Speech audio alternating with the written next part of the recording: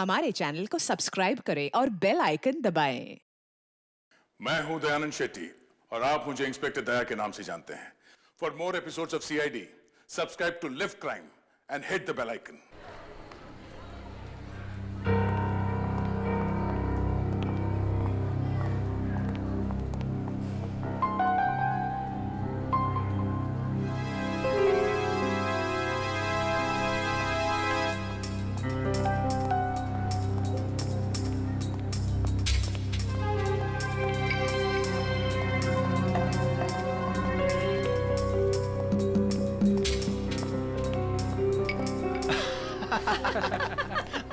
क्या पिक्चर थी यार, पैसे पूरे वसूल हो गए। मुझे कुछ खास पसंद नहीं आई यार, एकदम बकवास मूवी थी। ठीक कह रहा है ये, हीरो हीरोइन तो पूरे फ्लॉप थे। तुम लड़कियों का ना स्टोरी पे तो ध्यान रहता नहीं है, सिर्फ हीरो हीरोइन देखने आते हो। मुझे तो नहीं अच्छी लगी।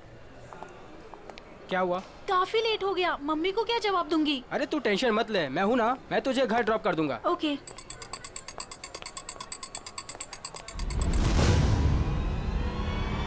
गोली में चला दो, एक गोली में चला दो।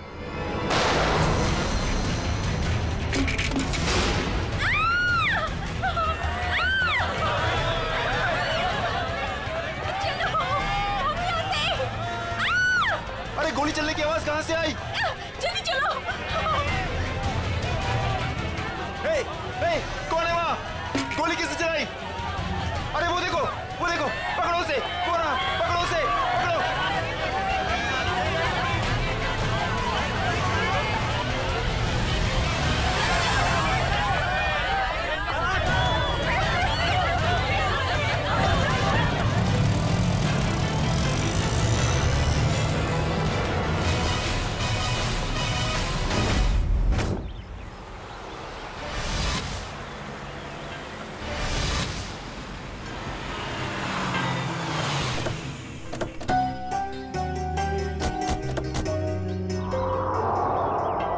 यही है वो धनराज पैलेस। जितना बड़ा बंगला उतना छोटा दिल धनराज का। आज इसे सबक सिखा कर रहेंगे। चलो कम।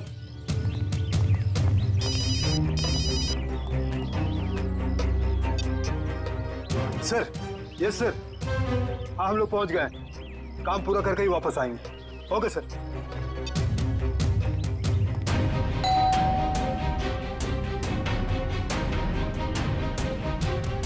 ये दरवाजा नहीं खोल रहा है, लगता है हम लोग को देख के भाग गए। तोड़ दो दरवाजा।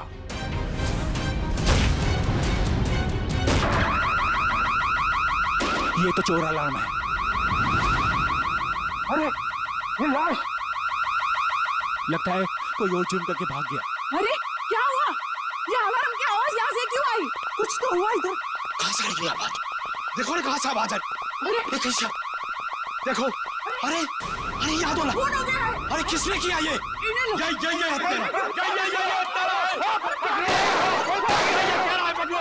पकड़ो इसे, ये भागने ना पाए। तुम लोग उतरो, पकड़ो इसको। अभी मैं सीआईडी को फोन करता हूँ। हेलो,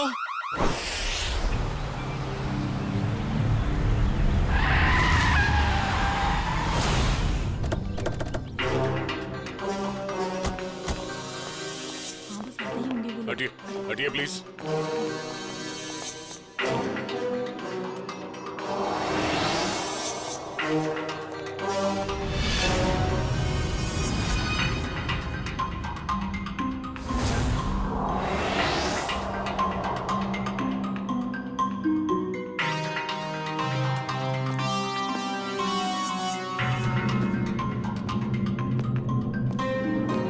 यहाँ एक चोर की मौत हुई है। सर मैंने तो फोन किया था आपको सर। ऑफिस के लिए घर से निकल ही रहा था तो मैंने सुना कि यहाँ पर बगलर अलार्म बज रहा है। आप सब धनराज जी के पड़ोसी हैं? जी सर, हम जब धनराज जी के घर के अंदर आए तो देखा 2 सूट और टाई पहने हुए लोग और उनके साथ और 2 लोग घर के अंदर मौजूद थे। हमें देखकर उन्होंने हवा में गोलियां चलाई और फिर अपनी कार में बैठकर निकल गए। सूट टाई पहने हुए गुंडे। आपने गाड़ी का नंबर नोट किया? जी हाँ। गुड। मयूर, नंबर नोट कर लो। जी बताइए क्या नंबर था? XYZ 2193। सर वो देखिए, 1 2 और ये 3। तीनों फ्रेम्स खाली है। लगता है चोरी यहीं से हुई है। तो मास्क निकाल। अच्छा ये बताइए, इस घर में मिस्टर धनराज के अलावा और कौन कौन रहता है? अरे ये तो धनराज जी हैं।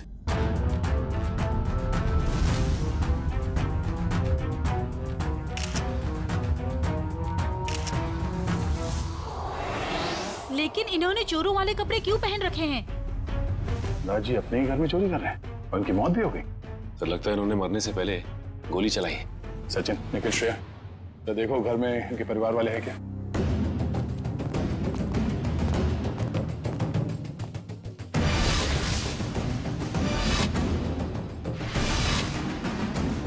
शरीर पे कहीं भी जख्म का कोई निशान नहीं है, तो फिर इनकी मौत कैसे हुई?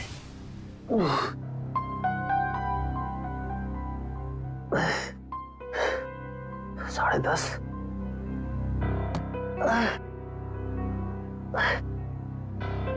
नवीन, कैसे भी करके इस मुश्किल घड़ी से जूझना होगा।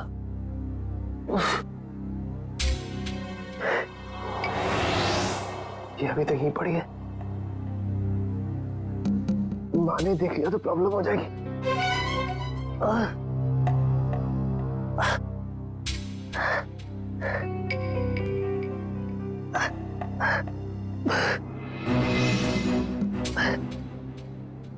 इसके नीचे छुपा देता।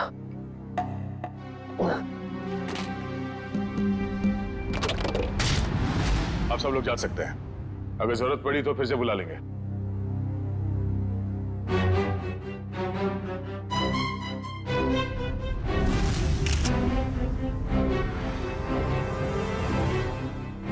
सर। हाँ कविन? सर ये देखिए, सामने वाली दीवार से ये गोली मिली है। सर देखने से लगता है ये वही गोली है जो धनराज जी की गन से चली है। इसका मतलब है धनराज जी की मौत से पहले यहाँ कमरे में कोई और भी था जिसपे शायद इन्होंने गोली चलाई। शायद वही सूट बूट वाले गुंडे हों जो पड़ोसी बता रहे थे। वो लोग थे या कोई और, ये तो तब पता चलेगा जब डॉक्टर सालों के इनके मरने का एग्जैक्ट टाइम बताएंगे। एक काम करो, एविडेंस बैग में डालो सर।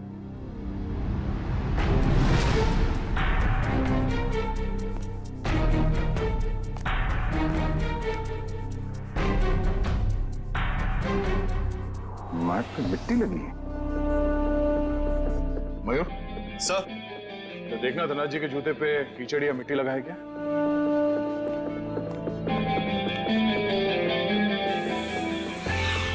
नहीं सर, जूते एकदम साफ है। इसका मतलब है ये मिट्टी इस आदमी के जूते से आए हैं जिन पे इन्होंने गोली चलाई। सर ये मीशा है, धनराज जी की भतीजी। ये अभी तक अपने कमरे में ही सो रही थी। तो सर ये धनराज जी की बेटी और दामाद है, ये भी अपने कमरे में सोए हुए थे। सर ये लोग धनराज जी के दोस्त थे, ये लोग भी सो रहे थे और मुश्किल में उठे सर। मैं संभाल के। सर बड़ी अजीब सी बात, इस घर में ऐसा हादसा हो जाता है और सब सो रहे थे। नहीं कविन, लगता है इन्हें कोई नशीली दवाई दी गई है। होश में आओ, होश में आइए आप लोग, होश में आइए आप। धनराज जी की मौत हो चुकी है। ये कैसे हो सकता है? थोड़ा पीछे प्लीज। पापा आगे गोली। अरे पेंटिंग्स कहाँ गए? हाँ सर, महंगी वाली पेंटिंग्स थी। तो क्या ये पेंटिंग्स की वजह से तो धनराज की जान नहीं गई ना? ये अंकल ने चोरों वाले कपड़े क्यों पहने हुए हैं? हो सकता है धनराज जी अपने ही घर में चोरी या फिर ये आप क्या कह रहे हैं? वो ऐसा क्यों करेंगे? अब इसका जवाब उनकी मौत से जुड़ा है। हेलो दयाल, मैं नवीन बोल रहा हूँ। अरे नवीन, क्या हुआ? काफी परेशान लग रहा है तू। मैं बहुत दर्द में हूँ, मुझे कोई दवाई का नाम बता। बिना चेक करे कैसे बताऊं? तू सेवली आंटी से कह दे, वो तेरे को लेकर हॉस्पिटल जाएगी। मैं कहीं नहीं जा सकता, तू मुझे दवाई का नाम बता। अच्छा ठीक है, जिम टिम PX9 30 mg ले लेना। नवीन, कब तक सोते रहोगे बेटे? मैं दयाल तुझे बाद में फोन करता हूँ, ठीक है? नवीन। हाँ माँ। हाँ माँ। बेटा तुम्हारा चेहरा इतना पीला कैसे पड़ गया है? तबीयत तो ठीक है ना? रात को मैं देर से सोया था तो नींद पूरी नहीं हो पाई, आप मेरे लिए दवाई मंगा देंगी? हाँ, मैं दवाई ला दूंगी। मैं तो बाजार जा ही रही थी सामान लेने के लिए, लेकिन तुम डॉक्टर को क्यों नहीं दिखा लेते? नहीं माँ, ये विटामिन की गोली है, दयाल ने बोली थी खाने के लिए। मैं ठीक हूँ। दवा का नाम क्या है? जिमटिम PX9 30 mg। अच्छा ठीक है, मैं लेती आऊंगी। ठीक है बेटा।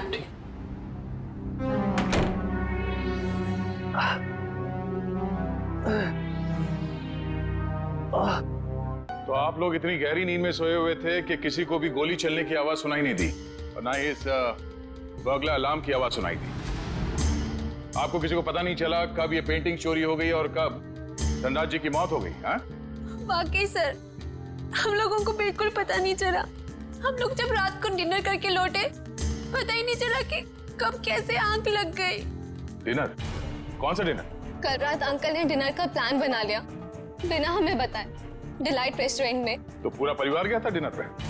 हाँ सर। अच्छा, पिछले कुछ दिनों में धनराज जी कुछ परेशान लग रहे थे किसी बात को लेके? जी सर, जब से वो घर में पेंटिंग्स लगी थी तब से जैसे मानो उनका जीना ही दुश्वार हो गया था। क्या मतलब? शुरू से बताइए, खुल के बताइए प्लीज। 33 करोड़? तुमने पेंटिंग्स 33 करोड़ में खरीदी? इसे क्या तुम दीवारों पे सजाओगे? मुझे क्या किसी पागल कुत्ते ने काटा है जो इतनी महंगी पेंटिंग को दीवार पे सजाऊंगा? मैं इसका कुछ और ही करूंगा। क्या करोगे? तुमसे मतलब? वक्त आने पे सब कुछ पता चल जाएगा। पापा, आपको कोई धमकी दे रहा है पेंटिंग को लेकर? इतनी महंगी पेंटिंग्स चोरी हो गई तो? और आप पुलिस के पास क्यों नहीं जाते?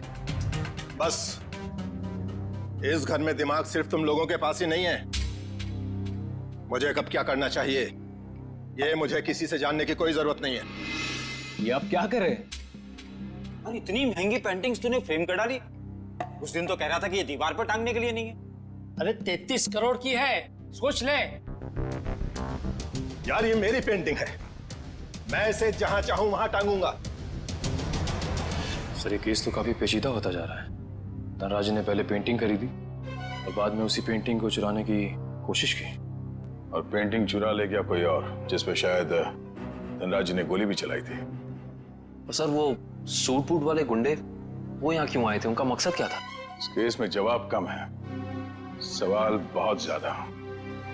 मगर मुझे लगता है कि ये पेंटिंग्स ही कारण है धनराज जी की मौत का। सर। हाँ? सर, ये देखिए, ये सुई मिली है इनके शरीर से।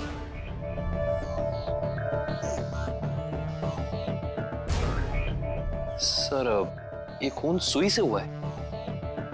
ये खून सुई से हुआ है या किसी और चीज से, ये तो डॉक्टर सालुंके ही बताएंगे।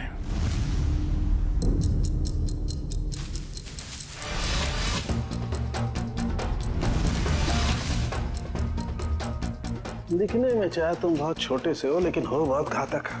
धनराज की जान तुमने कैसे ली है तुम बताओ चाहे मत बताओ, लेकिन मैं पता लगा कर गिराऊंगा, छोड़ूंगा नहीं तुम्हें।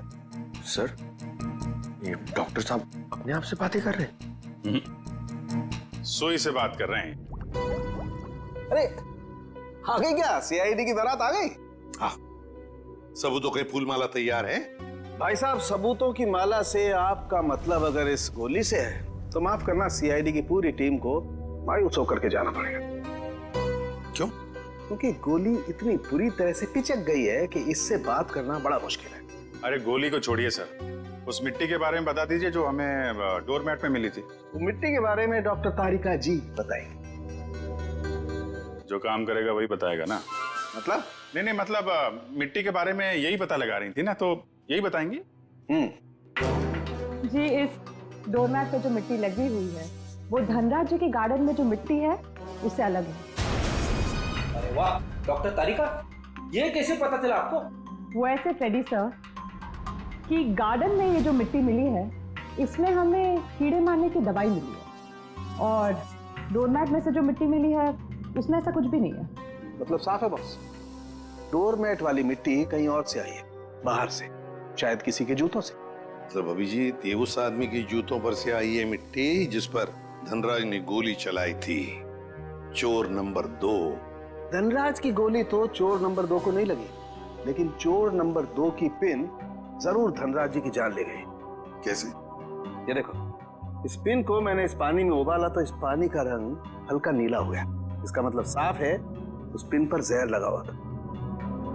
कमाल है डॉक्टर साहब, आपने तो बारातियों को अच्छा शगुन दे दिया। खुश हुए ना? सड़क ये सुई कब लगी थी, कितने बजे? बस रात के करीब 10 से 12 बजे के बीच में।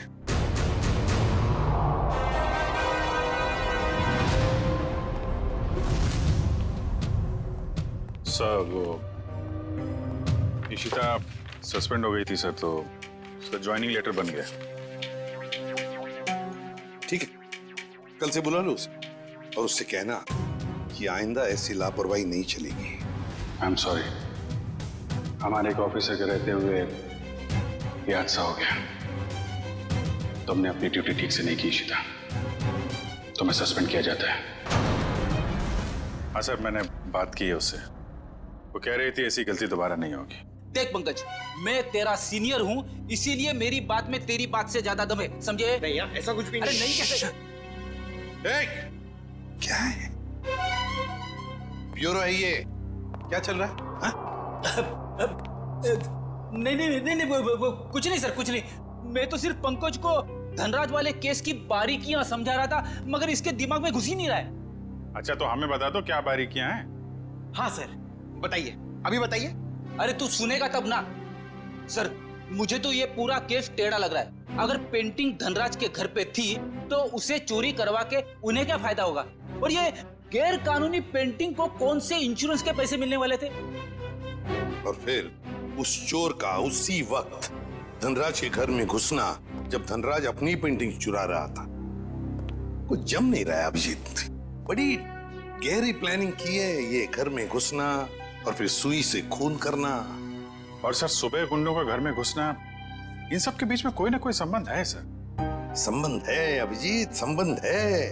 ये कोई संयोग की बात नहीं कि जिस वक्त ये आंधी तूफान मच रहा था तब घर के सारे लोग गहरी नींद में सो रहे थे, जैसे कि एक एक को लेकर सबको नींद की दवाई खिलाई थी। सर, धनराज की भतीजी मिशा बता रही थी कि धनराज कल रात अपने परिवार वालों को एक सरप्राइज डिनर पे ले गए थे रेस्टोरेंट में। कल रात अंकल ने डिनर का प्लान बना लिया बिना हमें बताए, डिलाइट रेस्टोरेंट में। अभिजीत, कहीं ऐसा तो नहीं कि ये जो कुछ भी हुआ है उसका उस होटल से संबंध हो जहां पर ये सारे गए थे खाना खाने? देखो, ग्राहक हमारे लिए भगवान समान है और उन्हीं की वजह से हमारा घर चलता है। चाहे उनका मूड अच्छा हो या बुरा, हमें सबका ख्याल रखना है। मुस्कुरा के सबको अच्छे से खाना परोसना है। किसी भी ग्राहक से कोई शिकायत नहीं आनी चाहिए। समझ गए तुम लोग? जी मैनेजर साहब, समझ गया। हम सीआईडी वालों को भी कुछ समझा दीजिए। सीआईडी? नमस्ते सर, हमारे तो भाग ही खुल गए सर कि आपने हमारा रेस्टोरेंट चुना है खाना खाने के लिए। काश हम लोग यहाँ खाना खाने आते, तहकीकात करने नहीं। देखिए, हम यहाँ खाना खाने नहीं, कुछ सवाल पूछने आए हैं। कैसा सवाल सर? क्या कल रात मिस्टर धनराज अपने परिवार के साथ यहाँ खाना खाने आए थे? मिस्टर धनराज, वो मशहूर बिजनेसमैन जो पिटोराइल में रहते हैं। क्या बात है, अपने कस्टमर के एड्रेस तक याद है आपको? तो सर, सबके तो याद नहीं रहते, लेकिन मिस्टर धनराज हमारे खास मेहमान हैं। वो अक्सर यहाँ आते रहते हैं, इसलिए। तो क्या कल रात वो अपने परिवार के साथ यहाँ आए थे? हाँ, आए तो थे, लेकिन आपको कैसे मालूम?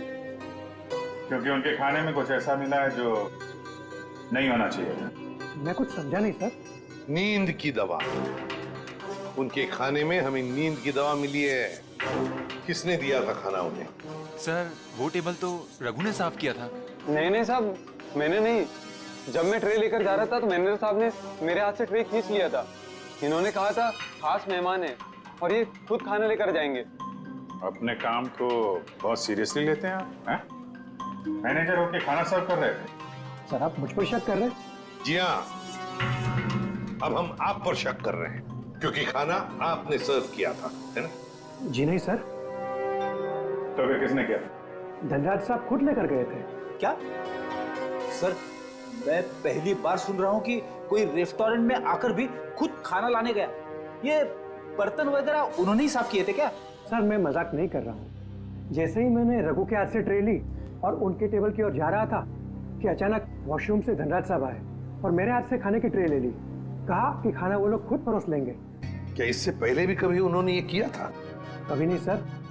कल रात उनका बर्ताव बड़ा ही अजीब था। उन्होंने यहाँ खाना खाया भी नहीं, सिर्फ जूस पिया। अच्छा, सिर्फ जूस पिया सर, कुछ खाया नहीं, ताकि वो जागते रहें और सारा परिवार सो जाए। बिल्कुल अभिजीत, ये नींद की दवा और किसी ने नहीं मिलाई खाने में, धनराज ने ही मिलाई थी नींद की दवा। माँ, माँ,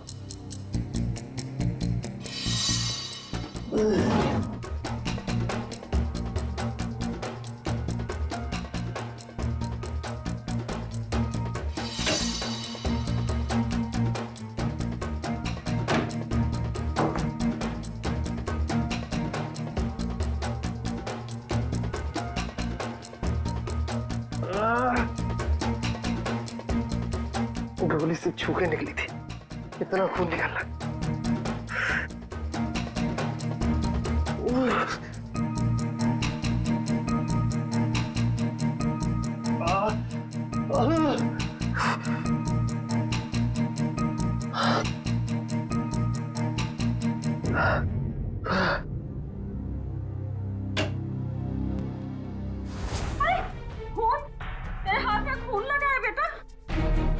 माँ, मुझे गोली लग गई थी, लेकिन छू के निकल गई। गोली लगी थी? कहाँ लगी गोली? चल अस्पताल चल, अब भी अस्पताल चल। नहीं चल नहीं अस्पताल। नहीं माँ, मैं नहीं जा सकता।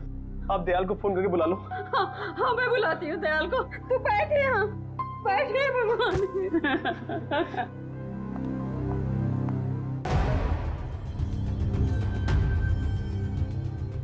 देखा सचिन, इन दोनों की स्टाइल देखी? सूट बूट वाले गुंडे। वाह सर, हम गुंडे नहीं हैं सर। चुप! गुंडे नहीं है सर। 17 केसेस दर्ज है तुम्हारे खिलाफ पुलिस स्टेशन में। लोगों को डराने की धमकाने की केसेस हैं। और ये गन? सर, ये गन डराने के लिए, मारने के लिए नहीं है सर। अच्छा, तो फिर गन भरी हुई क्यों थी? गोलियों के साथ क्या कंचे खेलते हो तुम लोग? सर,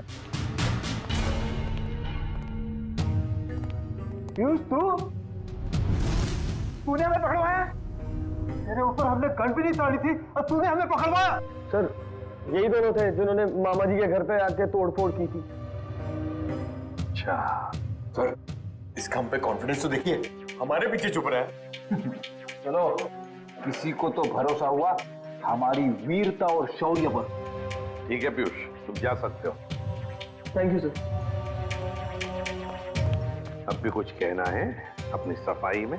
हाँ सर, हम गरीब इंसान है सर। हाँ सर। देखो, हमें सब पता चल चुका है। तुम दोनों की गाड़ी कोल ट्रैवल्स के नाम पर रजिस्टर्ड थी और उन लोगों ने बताया कि तुम दोनों, राजेश और सुरेश, वहां ड्राइवर का काम करते हो। हाँ। सिर्फ इतना ही नहीं, ड्राइवर के काम के साथ साथ गुंडागर्दी का भी काम करते हो। क्यों? नहीं सर, प्लीज सर, हमें बार बार गुंडा मत बोलिए सर। हाँ सर, हम रिकवरी एजेंट है। जो लोग पैसा उधार लेके वापस नहीं देते, हम सिर्फ वही पैसा वसूलते हैं। Recovery agent? धनराज के घर किस लिए गए थे तुम? ड्राइवरी करने के लिए या फिर उधार के पैसे वसूल करने के लिए? हाँ सर, उधार का पैसा वसूलने गया था। क्या? सर, ये दोनों झूठ बोल रहे हैं। धनराज एक बहुत ही अमीर आदमी था, उसे उधार लेने की क्या जरूरत पड़ेगी? सर, वो कंगाल आदमी था सर। वो जो बाहर से नजर आता था, वो बिल्कुल शोषा था, खोखला था सर। उसने 33 करोड़ उधार लिया था सर। क्या? कितने जीरो होते 33 करोड़ में, पता है पंकज? पता नहीं सर, मगर सुनने में बहुत भारी अमाउंट लग रहा है। अच्छा, तो वो पैसे वसूल करने गए थे तुम? हाँ सर, पर हमें वहां लाश मिली सर और हम डर के भाग गए वहां से सर। धनराज को इतने पैसों की क्या जरूरत पड़ गई कि उसे बाहर से इतना उधार लेना पड़ा? और सर, धनराज के परिवार वालों ने भी हमें इसके बारे में कुछ नहीं बताया। ये भी तो हो सकता है ना श्रेया, कि धनराज के परिवार वाले इन सब बातों के बारे में कुछ जानते ही नहीं थे। लेकिन एक बात तो पक्की है, इस बारे में इनका बॉस तो जरूर जानता होगा। कौन है तुम्हारा बॉस? कौन है? पिनाकी सर। पिनाकी? काम करो, इस पिनाकी को तुम्हारे बॉस को अभी के अभी फोन लगाओ और तुम उनसे वही कहोगे जो हम कहेंगे, समझे? क्यों बे निठल्लो, कहाँ गायब हो गए तुम? धनराज ने पैसे दिया, फिर उसके टपकाने की तैयारी करूं मैं। हाँ, पैसे तो मिल गए, मगर मगर क्या? मगर बॉस, इतना सारा पैसा लाने में थोड़ा रिस्क है। क्या आप यहाँ आ सकते हैं क्या? ठीक है, मैं थोड़ी देर में पहुंचता हूँ धनराज के घर। बॉस, धनराज के घर पे नहीं, दूसरी जगह। ये आपको एड्रेस बता रहा है। 37 रायसा प्लाजा, रोगी मंचन, एसडी रोड। मैं आधे घंटे में पहुंचता हूँ वहाँ पर। बॉस, कौन सी गाड़ी से आप आ रहे हैं? बैल गाड़ी में आ रहा हूँ मैं। और कहीं के मैडॉक्स में आ रहा हूँ मैं। और हाँ, क्यों पूछ रहा है तू ये? अरे बॉस, ताकि हम आपको दूर से पहचान सके। हाँ ठीक है, रख फोन, मैं पहुंच रहा हूँ। अच्छा ये बताओ कि ये मैडॉक्स गाड़ी कौन से रंग की है? गोल्डन रंग की सर। गोल्डन रंग की मैडॉक्स गाड़ी रेडी। पंकज, इस बिनाकी के स्वागत की अच्छी तरह से तैयारी करो।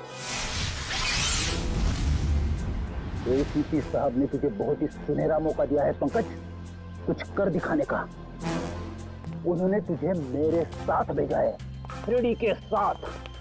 मतलब सोच कितना कुछ सीख सकता है तू आज मेरी बहादुरी से। अरे वो सब ठीक है, मगर बिना की कौन सी गाड़ी में आने वाला मैं भूल गया। मैं ऊपर पूछ के आता हूँ।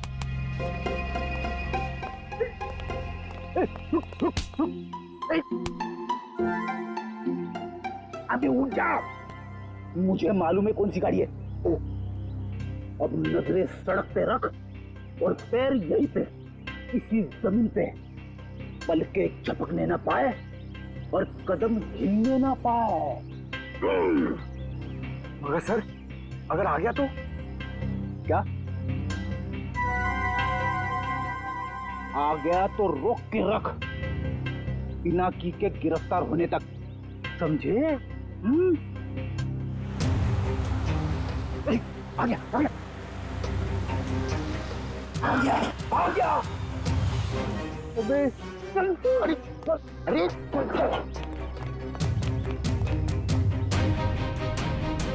क्या करे सर, पकड़ लो उसे। अबे नहीं, जब तक मच्छी के मुंह में कांटा नहीं फंसता डोर को खींचना नहीं चाहिए। ठीक है सर, मैं मच्छी डोर और कांटा लेके आता हूं। क्या यार, कभी तो अक्लमंदी की बात किया कर। चुप। कहाँ गए दोनों?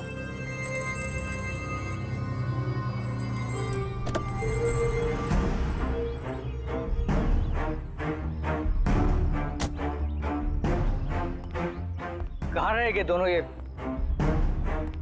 एड्रेस तो यहीं का है। कह रहे थे कि मुसीबत में है, और देखो दोनों लंगूरों का पता नहीं है यहाँ पर। कहीं मेरे पैसे लेकर दोनों उड़ तो नहीं गए? Crime investigation department, CID. बिनाकी, बहुत पैसा है ना तुम्हारे पास, इसलिए पैसा बांटते फिरते हो, मगर सिर्फ उन लोगों को पैसा बांटते हो जिनकी ना हिम्मत है ना हैसियत पैसा लौटाने की। क्यों? और फिर उन लोगों को डराते हो। नहीं सर, मैं तो सिर्फ जरूरतमंद लोगों की ही मदद करता हूँ सर। और सर, जरूरतमंद लोगों की मदद करना तो अच्छी बात होती है ना सर।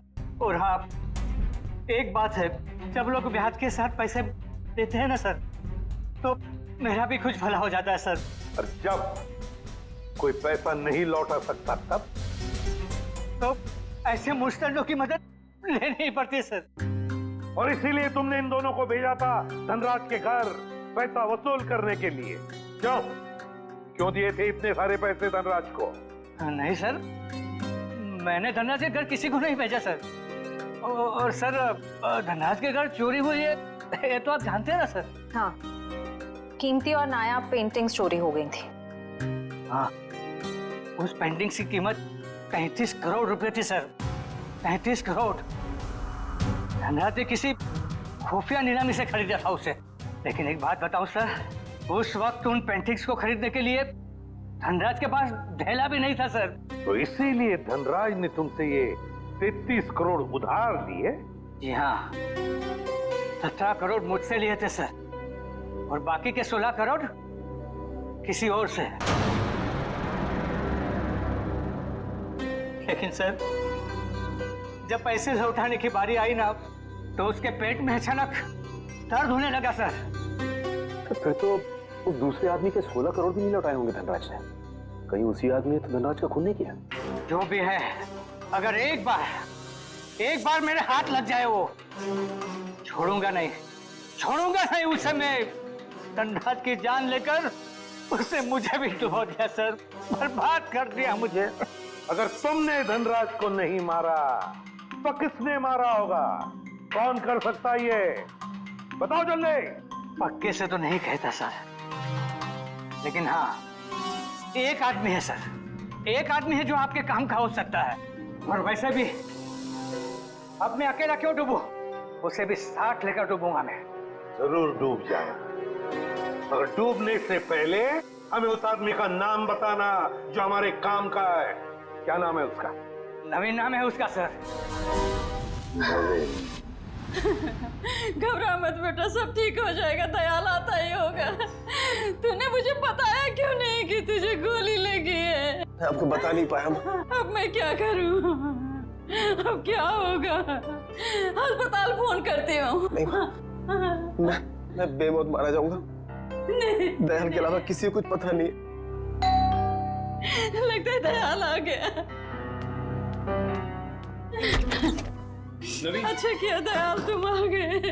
नवीन ने देखो क्या हालत बना रखी है अपनी। नवीन, अरे तुझे गोली लगी है? गोली लगी नहीं, गोली छू के निकली। सुन, मैं बस तो जाऊंगा ना।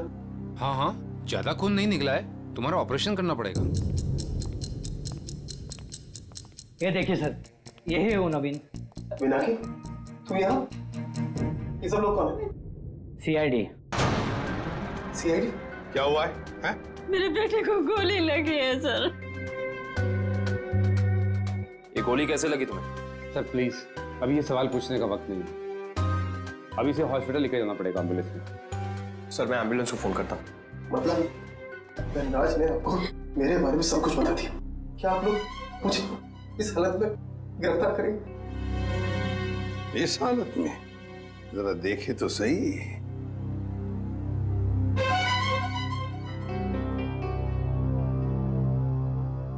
हालत इतनी बुरी नहीं है तुम्हारी, समझे?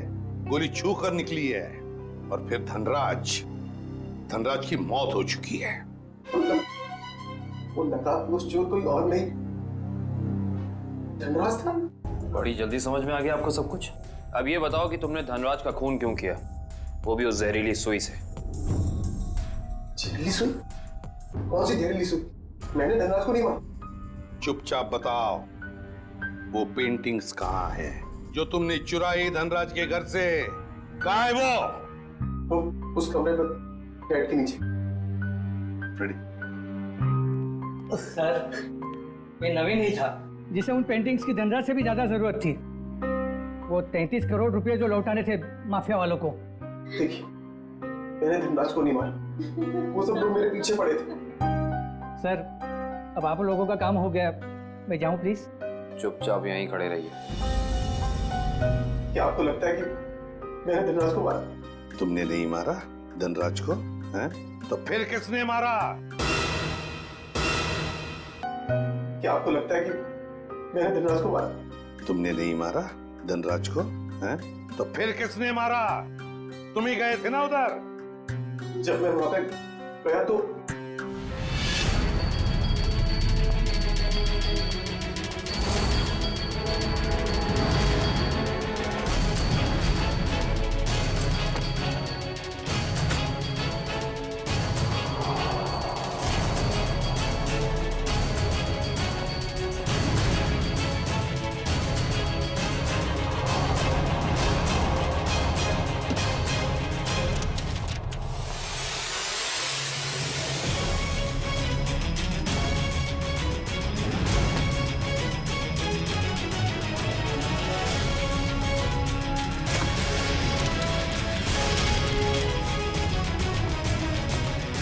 अरे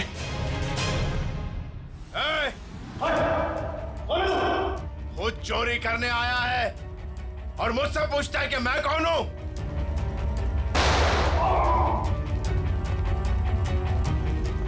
भागता किधर है? रुक रुक रुक जा। अरे और जब मैं धनराज के घर से पेंटिंग लेके भागा तो उसके घर के बाहर एक कार खड़ी थी और वो मेरे पीछे लग गई और मैं बचते बचाते मॉल में घुस गया।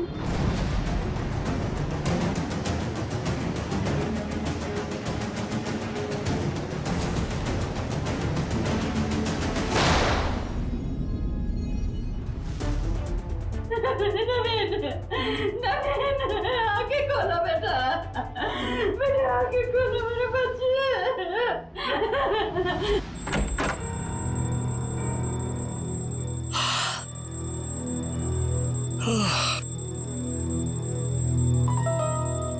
इतनी सुबह सुबह अलार्म लगाने की क्या जरूरत थी? मैंने नहीं लगाया अंकल। अरे ये पेंटिंग्स कहाँ से आ गई वापस?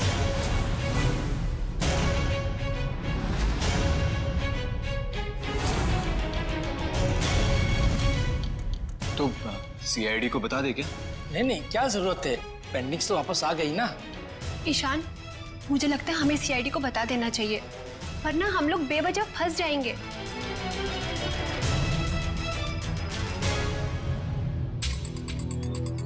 सर एक बात समझ में नहीं आ रही, हमने वो पेंटिंग वापस घर में क्यों लगाई?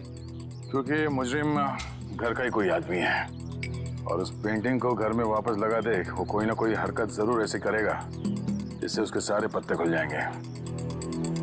सर, सारे परिवार वालों के फोन टैप करने को कह दिया, अब मुजरिम हमसे बच नहीं पाएगा। गुड।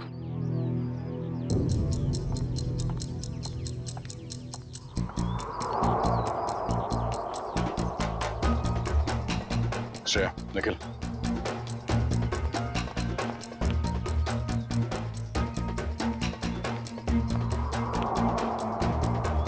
ये दोनों तो आपस में काफी खुसर फुसर कर रहे हैं। अभी तक धनराज के पैसों पे ऐश कर रहे थे, अब देखना पड़ेगा उनकी मौत के बाद इनके आगे का प्लान क्या है। सचिन, मयूर,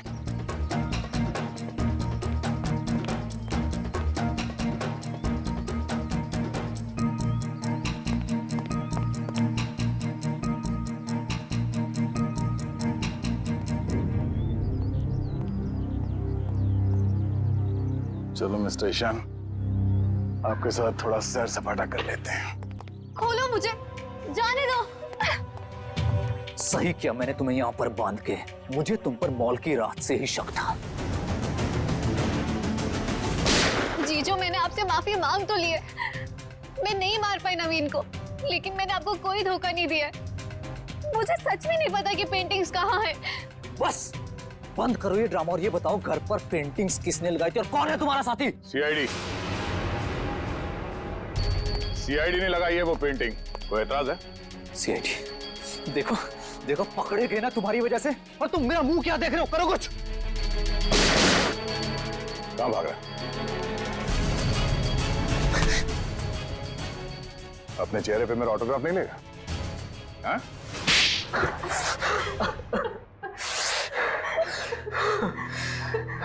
ससुर जी ने मुझसे 20 करोड़ रुपए उधार लिए थे, जिसमें से 16 करोड़ पेंटिंग्स के लिए, और ससुर जी की आर्थिक स्थिति ऐसी नहीं थी कि वो मेरे पैसे लौटा सके। भाई शान, और फिर तुमने उन्हें मार दिया। एक बार भी नहीं सोचा कि जिनकी तुम जान ले रहे हो वो तुम्हारी बीवी के पापा है। और तुम ईशान, तुम तो मेरी बहन हो ना, तुम कैसे ईशान का साथ दे सकती हो? दी, अंकल ने तो मुझे कभी प्यार ही नहीं किया, हमेशा मुझे सिर्फ एक बोझ समझा। तो ईशान ने तुम्हें अपने प्लान में शामिल कर दिया, पेंटिंग्स बेचकर 33 करोड़ रुपए पाने का। हा? तो क्या गलत किया? ससुर जी के पास पैसे तो थे नहीं, सारी शान और शौकत मेरे दम पर थी। मुझे मौका मिला, मैं पीछे नहीं हटा। बहुत बड़ी गड़बड़ हो गई है धनराज जी। वो 33 करोड़ की पेंटिंग बेचने के लिए नहीं थी, अब वो चोरी का माल हो गई। क्या बकवास कर रहे हो तुम? फंसा दिया ना मुझे, अब मैं उन्हें बेचूंगा कैसे? वो तो पता नहीं, लेकिन गवर्नमेंट एजेंसीज ने उसकी तलाश शुरू कर दी है। वो कभी भी आप तक पहुंच सकती है। तुम देखना, मैं उन पेंटिंग्स को बेचूंगा भी और मुनाफा भी कमाऊंगा और खुद को बेगुनाह भी साबित कर दूंगा। लोहा गर्म था और मैंने हथौड़ा मार दिया। मगर तुम दोनों के खाने में तो धनराज जी ने बेहोशी की दवा मिलाई, तो फिर तुम लोगों को असर कैसे नहीं हुआ? जैसे हमें पता चला कि अंकल ने खाने में दवाई मिलाई है, हम लोगों ने मौका पाते ही वॉशरूम में जाके उल्टी कर दी। मगर नवीन बीच में आ गया और तुम्हारा प्लान चौपट हो गया। हाँ, अगर नवीन बीच में नहीं आता तो जैसे ही ससुर जी सारी पेंटिंग्स लेकर घर से बाहर निकलते, मीशा उन्हें गाड़ी से उड़ा देती, लेकिन सारी पेंटिंग्स नवीन के हाथ में लग गई। मगर धनराज को मारने की क्या जरूरत थी? तुम्हें तो सिर्फ पेंटिंग्स ही चाहिए थी ना? क्योंकि मुझे लगा अगर पेंटिंग्स मेरे हाथ से निकल गई तो कम से कम घर और जायदाद तो मुझे मिल जाएंगे।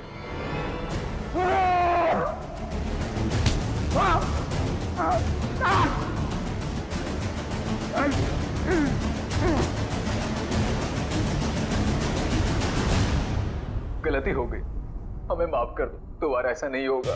पैसों की लालच में तुम दोनों ने अपने ही परिवार के एक को मारा है, अपने ही परिवार के।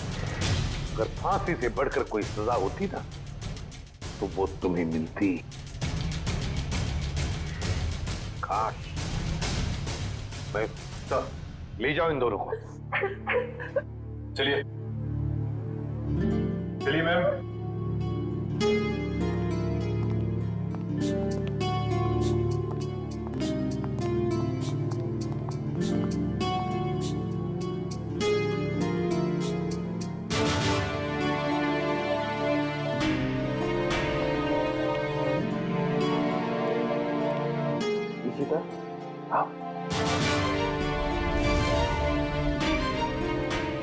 सर, ये इशिता हिचकिचा रही है आपसे मिलने में।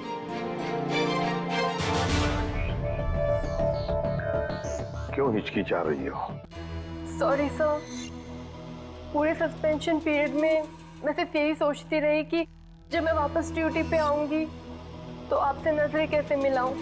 अपनी गलती का एहसास हुआ तुम्हें? गलती नहीं सर, एक बोझ है ये मेरे ज़मीर पर जो हमेशा रहेगा, शायद मेरी आखिरी सांस तक सर। तुम्हारी तो अभी अभी शुरुआत है।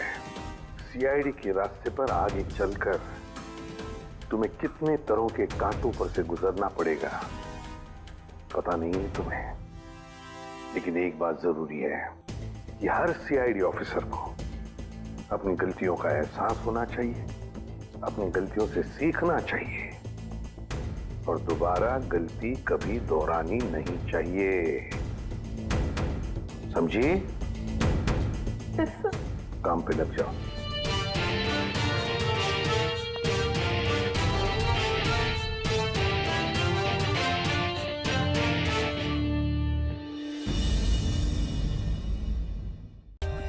For more updates, subscribe to our channel, click the show links and enjoy watching the videos.